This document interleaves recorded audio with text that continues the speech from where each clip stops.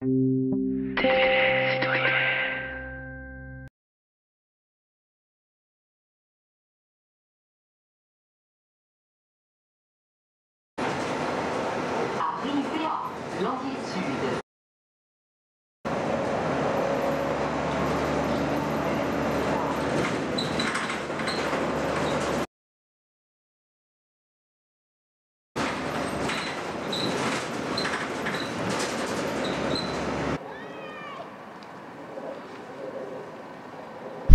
C'est clair qu'on ne pourra plus rouler. On habite dans des milieux ruraux, en montagne, on a besoin de la voiture tous les jours. Donc ben oui, chaque fois qu'il faut passer à la pompe, ça revient cher, très cher. Surtout qu'en ce moment les cours du pétrole ont baissé, donc on nous prend vraiment pour des imbéciles. Ouais. Oui, plus les retraites qui baissent. Ouais. Et depuis, je pense qu'au niveau panier ménagère, c'est de plus en plus compliqué pour beaucoup de familles, beaucoup de gens. Et déjà se nourrir, ça devient compliqué pour beaucoup de gens. D'accord. Base, donc ça a été créé il y a un mois et c'était surtout pour, contre la hausse des prix du carburant, et là on y a vraiment élargi contre la hausse de toutes les taxes, et au-delà de ça, voilà, c'est un ras-le-bol général de la politique qui est menée. Alors par exemple, vous concrètement, c'est quoi votre souci de tous les jours par exemple? Le souci de tous les jours, c'est quand on va à la pompe, maintenant ça nous coûte 10 € de plus depuis le début de l'année, donc sur un plein, donc voilà, au bout d'un moment on en a marre, quoi. C'est toujours les mêmes qui se font ponctionner sur leur salaire, donc il y a eu le retrait de l'ISF et puis au final nous on paye le gasoil, on en a marre de combler les trous, quoi. Mais concrètement par rapport à vous, si vous êtes salarié ou je sais pas, vous êtes étudiante. Étudiante, donc c'est quoi votre trajet par exemple quotidien? Alors moi je fais Albins, Jacob Belcombette, donc je fais 60 km par jour. Voilà, avec ma voiture qui en l'occurrence roule au diesel, donc voilà, ça me coûte entre 150 et 180 € par mois. Alors pour autant il y a des transports en commun, il y a un train, il y a des bus. Oui. Pourquoi vous ne prenez pas cette solution-là? Alors le problème c'est qu'en Savoie les transports en commun sont assez mal desservis. Moi par exemple à Albins il faudrait que je me rende à la gare, que je prenne le train. En plus une fois que j'arrive à Chambéry il faudrait que je prenne le bus, enfin voilà, je mettrais 2 heures pour faire 30 km, c'est pas possible, quoi. Puis en plus les tarifs des transports sont assez chers, hein. Alors le trajet Albins, il faudrait vérifier, oui. Enfin, il fait pas 2 heures, mais...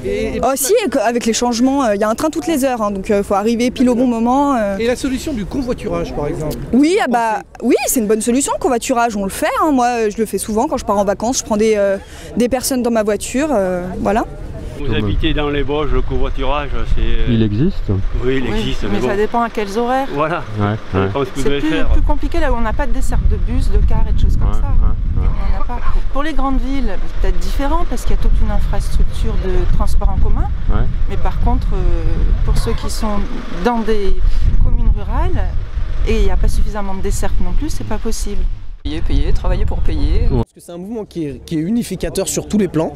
La taxation sur le carburant était au début la goutte d'eau qui a fait déborder le vase. Aujourd'hui, il y a des Français qui sont mal à l'aise, qui souffrent, qui ont limite une certaine honte aujourd'hui de devoir aller faire ses courses et de compter, de faire les courses avec la calculette, de devoir refuser de plus en plus de choses à ses enfants. Moi, j'ai 2 enfants. Aujourd'hui, les sorties sont de plus en plus rares. Les cadeaux de Noël sont de plus en plus restreints. On essaye après d'avoir une certaine créativité pour occuper toujours un petit peu nos enfants avec, parce qu'on est parents et qu'on a l'expérience maintenant, mais il y a une certaine... on est en train de transformer certaines personnes en parias, que ce soit les retraités, que ce soit les ouvriers, que ce soit ceux qui sont maintenant dans la classe moyenne aussi. Ils sont également touchés parce que les impôts sur le revenu, il y en a qui arrivent à la tranche pile poil pour payer plus, etc. Donc c'est un gros ras-le-bol et surtout... sur le pouvoir d'achat, mais aussi sur le système. Comment les élus et les gouvernants ils traitent ce pays, comment ils le gèrent, comment ils gèrent la France, les élus, le pouvoir qu'ils donnent aux municipalités, au pouvoir public, etc. C'est un scandale. Et aujourd'hui, la jeunesse de demain, elle aura plus de repères parce qu'elle pense que c'est normal que ça fonctionne comme ça. Et qu'on ne peut pas constamment enlever des impôts aux plus riches et alourdir tous les autres. C'est plus possible là, en France. Et puis en plus, que ce soit la droite ou la gauche, chacun un tour de rôle, ils font la même chose, ils augmentent les impôts, la CSG, les prélèvements sociaux, de tous les côtés. C'est un ras-le-bol général. Et je pense que ce que je dis, c'est l'expression de beaucoup de gens. Voilà. On fait pas ça par plaisir, ni pour passer le temps, c'est parce qu'il y a un réel malaise. Marche tout doucement, départ 8h, départ 8h pétante d'ici. Ouais, c'est ça. Le but étant de rejoindre les autres donc à Champ-Nord. Ensuite, à 14h, il y aura quand même une minute de silence sur l'honneur à Maggie, en hommage à Maggie. qui s'est donné la mort dans la semaine. Donc c'était quand même la présidente de l'association des policiers en colère. Normalement devrait être présent ici aussi, normalement ils sont censés venir. Parce qu'il y a un ras-le-bol total. D'accord. Ouais. Les gens ne comprennent pas que ce n'est pas la taxe de l'essence. L'augmentation de l'essence qui fait qu'on soit là. C'est la goutte qui a fait déborder le vase. Ça fait trop longtemps que n'importe quel président nous taxe, mais alors lui, il a fait fort. Alors qu'il se remette dans sa banque. Par exemple, est-ce que vous avez déposé, vous, une autorisation de manifester? Non, alors on n'a pas fait de déclaration, parce que tout simplement, on ne rentre pas dans les clous, il faut faire une heure de début, 1 heure de fin. Nous, on n'a pas d'heure de fin, on va tenir jusqu'à ce que, voilà. Est-ce que vous avez eu des contacts avec la préfecture? Oui, alors j'ai eu un rendez-vous à la préfecture, donc c'était surtout pour organiser la sécurité avec les forces de l'ordre, se mettre d'accord sur des questions de sécurité surtout. Est-ce que vous avez reçu des pressions? Parce qu'on entend parler qu'il y a pas mal de pressions de la part de la préfecture en France sur des responsables. Oui, alors quand j'ai eu le rendez-vous à la préfecture, à la base c'était pour organiser la sécurité, au final c'est vite tourné en menace pour que je fasse une déclaration, mais voilà, on n'a pas lâché et on n'a pas déclaré. C'est important pour nous, mais aussi pour les générations à venir. Nous sommes au quotidien pressés comme des citrons. Nous avons travaillé toute notre vie. Nous avons commencé à 41 heures la semaine et non 35 heures. Notre retraite, nous l'avons méritée. Et il faudrait arrêter un peu toutes les taxes qui viennent s'ajouter. C'est pas que l'essence, on ne parle que l'essence, mais c'est pas que le gasoil, c'est tout le reste. Taxes foncières, taxes d'habitation, l'exonération pour certains, la hausse pour d'autres. Je dirais qu'on en a un peu ras-le-bol, ras-le-bol. Donc les motards, ils manifestent aussi? Bien sûr. Ouais. Bien sûr. Évidemment. On manifeste en voiture pour une bonne cause. On a toujours été les premiers à y aller, on va pas être les derniers à y aller, non? Pourtant les motos marchent pas au gasoil? Non, mais on fait pareil. On est la tirelire du gouvernement. D'accord.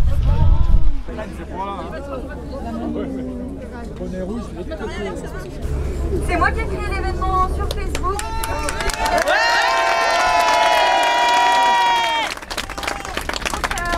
Au niveau de l'organisation, donc on voulait attendre un peu, voir combien on sera. Donc l'objectif, ce serait de s'attaquer au péage de... Alors nous sommes là aujourd'hui que pas pour le carburant. On est là pour le pouvoir d'achat.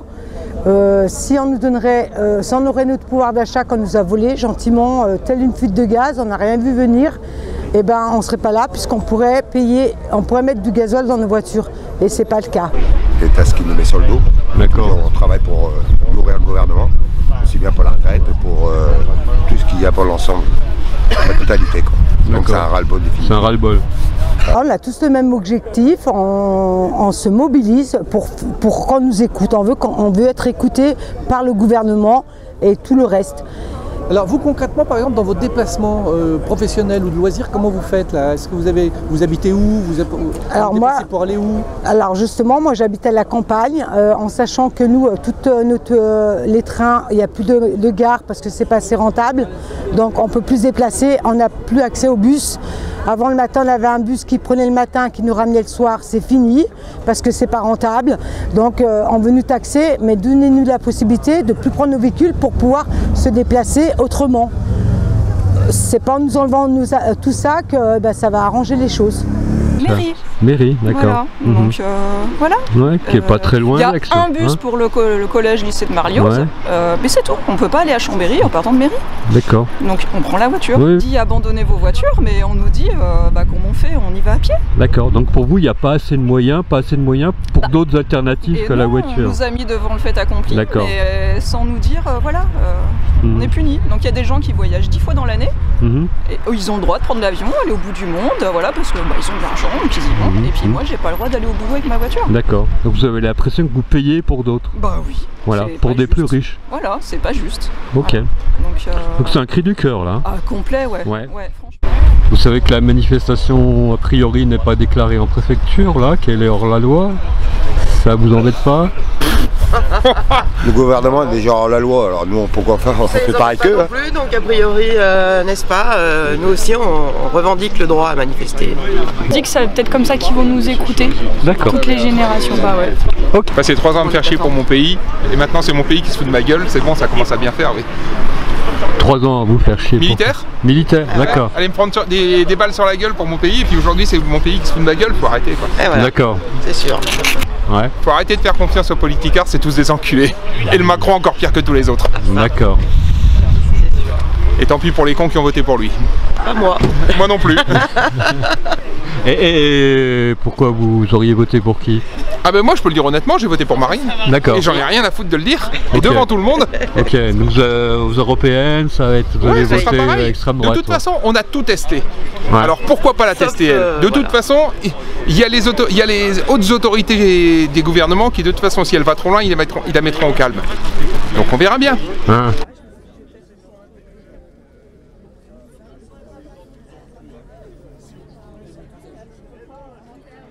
Ce qui est en train de se passer, moi mon père a fait le Front Populaire en 36, aujourd'hui ils sont en train de casser tout ce que nos parents ont fait. Et tous les jeunes d'aujourd'hui, il n'y en a pas un qui a assez de gueule pour l'ouvrir. Vous allez passer du Front Populaire à l'extrême droite? Mais mon père l'a fait aussi. D'accord. Eh ouais. Il est plus de ce monde, mais bon. D'accord. En 36, il a gardé son patron enfermé dans son bureau pour obtenir les congés payés. Eh ouais. Et aujourd'hui, qu'est-ce qu'on fait? On nous pique des jours pour dire soi-disant on va les donner aux vieux. On nous dit on va augmenter les taxes pour donner aux vieux. Et finalement, qu'est-ce que c'est? C'est l'autre putain à Macron là qui met 200 000 € pour acheter sa vaisselle à l'Elysée. Faut arrêter de se foutre de notre tronche. On attend que les salaires aussi augmentent. Et puis c'est non. Si les salaires augmentent, on pourra payer des taxes. Voilà quoi. Le seul problème, c'est que le coût de la vie augmente, que ce soit les courses, les mutuelles, les assurances, voilà, le gasoil et tout, et les salaires augmentent pas. Donc à un moment, ça passe plus. Et là, ça suffit, quoi. Il y en aura le bol.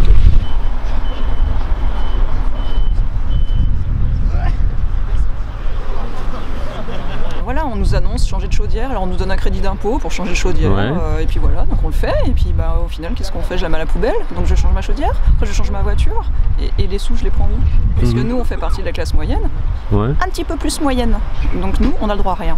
D'accord. Voilà. On donne aux pauvres, on sait que les pauvres ne pourront pas s'acheter une nouvelle voiture, donc on leur promet une petite prime en carton qui pourront pas s'acheter. Qui sait qui va s'acheter une voiture à 26 000 €? Dites-moi. Oui. Enfin, voilà. Et alors qu'est-ce que je dis? L'autre mesure qui est prise, voiture électrique, c'est pas mieux? Parce qu'une voiture électrique, moi je suis anti-voiture et truc. Donc comment vous comprenez vous cette révolte-là sur le prix de l'essence par exemple? Non, c'est pas le prix de l'essence, c'est tout. C'est-à-dire, en fait, toutes les taxes, elles vont dans les paradis fiscaux, elles servent pas à l'écologie. En tout cas, on l'a vu là, par rapport à ce débat, elles servent à 10% la taxe. Non, elles ne servent même pas à 10%. Qu'est-ce qu'ils ont fait, les 3 mesures?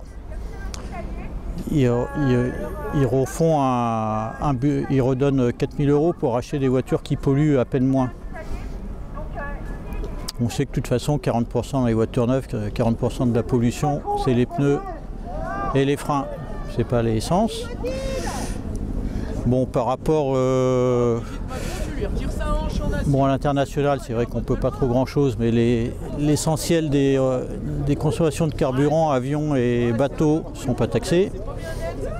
Et qu'entre guillemets on n'avait pas d'emploi et que c'est un cercle vicieux. Pour avoir un emploi, il faut acheter une voiture. Pour acheter une voiture, il faut avoir de l'épargne et ainsi de suite. Et du coup, après, trouver un appartement, ça a été compliqué. Mais habiter on a 30 ans et on a déjà si travaillé. Vous habitez dans une ville, vous n'avez pas besoin de voiture, si vous trouvez l'emploi dans la ville.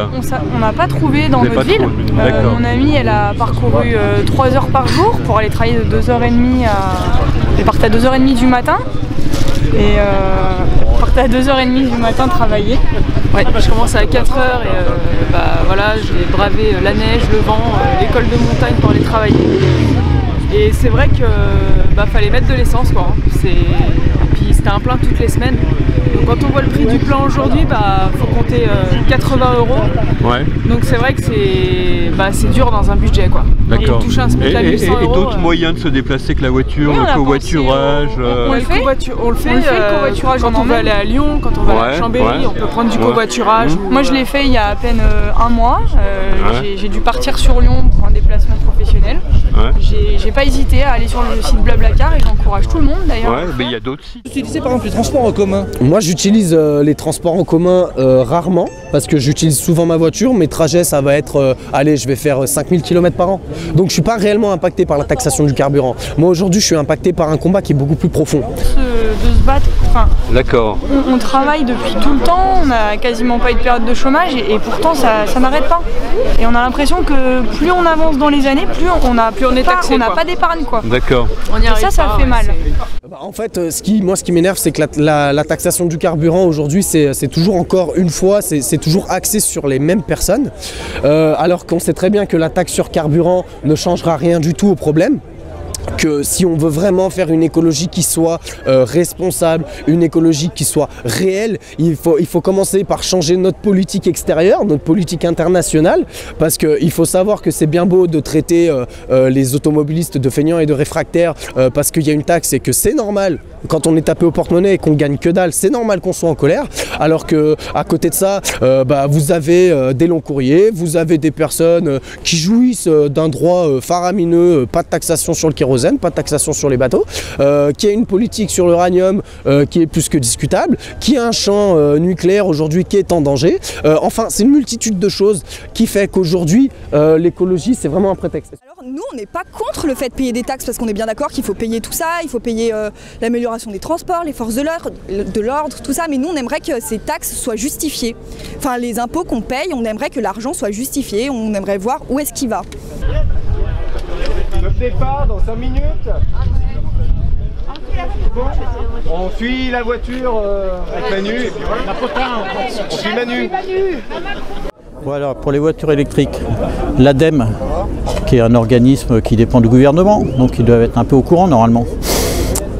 Donc a fait le calcul depuis quand même quelques années que donc une voiture électrique n'est moins polluante si on compte la production des batteries et de la voiture à partir de 50 000 km, sans compter le recyclage des batteries qu'on ne sait pas faire, comme le combustible nucléaire, voilà. Et sans compter qu'en hiver, une partie jusqu'à 20% de l'énergie vient du charbon via l'Allemagne ou chez nous. Donc pour vous c'est légitime? Donc c'est inamortissable une voiture électrique et on ne sait pas quoi en faire. Et pendant ce temps-là, ils ont supprimé les aides à l'isolation qui est écologique. Donc c'est des guignols qui nous gouvernent. Voilà. Monsieur Pandala, vous êtes un élu de la Motte-Servolex, élu d'opposition. Oui, bah oui, on va forcément. Dire centriste plutôt. Oui, c'est ça. Voilà. Alors expliquez-nous pourquoi votre présence sur ce rassemblement. Alors vous êtes venu en trottinette de la mode. Oui, je suis venu en trottinette électrique. Maintenant c'est un moyen de déplacement un peu décrié. On se demande bien pourquoi d'ailleurs, puisque ça participe quand même à tout ce qui est développement durable. Oui, si je suis venu, c'est parce qu'on est dans un pays démocratique. On nous rebat les oreilles constamment avec le fait que la démocratie doit s'exercer. L'expression citoyenne comme aujourd'hui est une des formes de démocratie qui doit permettre d'alerter les gouvernants lorsqu'ils sont un peu déconnectés, semble-t-il, des aspirations des Français. Moi je dirais qu'on a un peu muselé aussi les médias. Et c'est un lobby en fait, tous ces gens-là sont protégés par les gens qui nous gouvernent. Comment voulez-vous qu'on avance? C'est pas possible. On est 1789, on est retombé à 1789 actuellement. En fait, ce qu'on demande, donc on a 2 points, c'est la hausse, la baisse des taxes en général, et on va demander une chambre citoyenne. Voilà, où il y aurait des citoyens qui seraient élus aléatoirement et qui pourraient avoir la main mise sur les lois qui sont votées.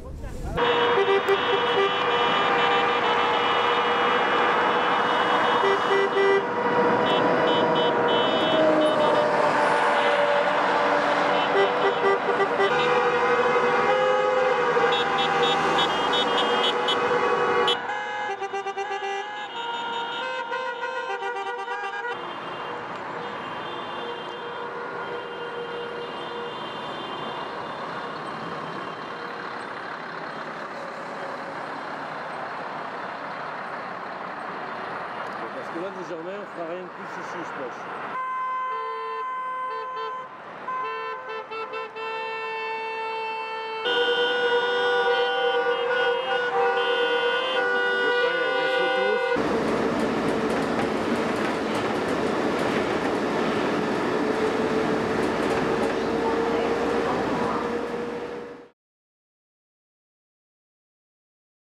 pensez, vous, des gilets jaunes? Donc moi, je ne me sens pas vraiment concerné parce que comme je vais tous les jours en vélo au travail, je ne me sens pas vraiment touché et affecté par cette augmentation de l'essence.